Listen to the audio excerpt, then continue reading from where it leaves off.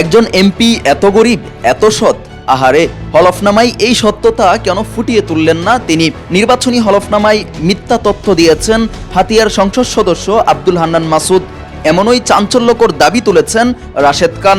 কোনো প্রার্থী হলফনামায় মিথ্যা তথ্য দিলে ভোটের পরেও তদন্ত করবে নির্বাচন কমিশন। এক্ষেত্রে সত্যতা মিললে বাতিল হতে পারে প্রার্থিতা এবং সংসদ সদস্য পদ।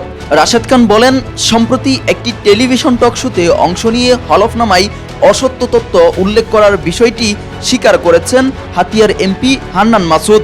যদিও তিনি দাবি করেছেন তার স্থাবর সম্পদ নেই, তার মানে তার হলফনামায় দেওয়া তথ্য সম্পূর্ণ মিথ্যা। তিনি আরও বলেন, আমি হান্নান মাসুদ সম্পর্কে অতীতে যেসব তথ্য দিয়েছি তা সত্য নাকি মিথ্যা তা আপনারা হান্নান মাসুদের হলফনামায় দেওয়া তথ্য বিশ্লেষণ করলেও উত্তর পাওয়া যায়।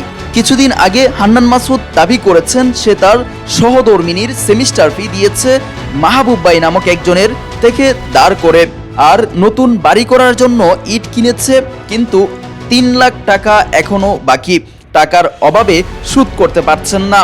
একজন এমপি এত গরিব, এত সৎ, আহারে। হলফনামায় এই সত্যতা কেন ফুটিয়ে তুললেন না তিনি?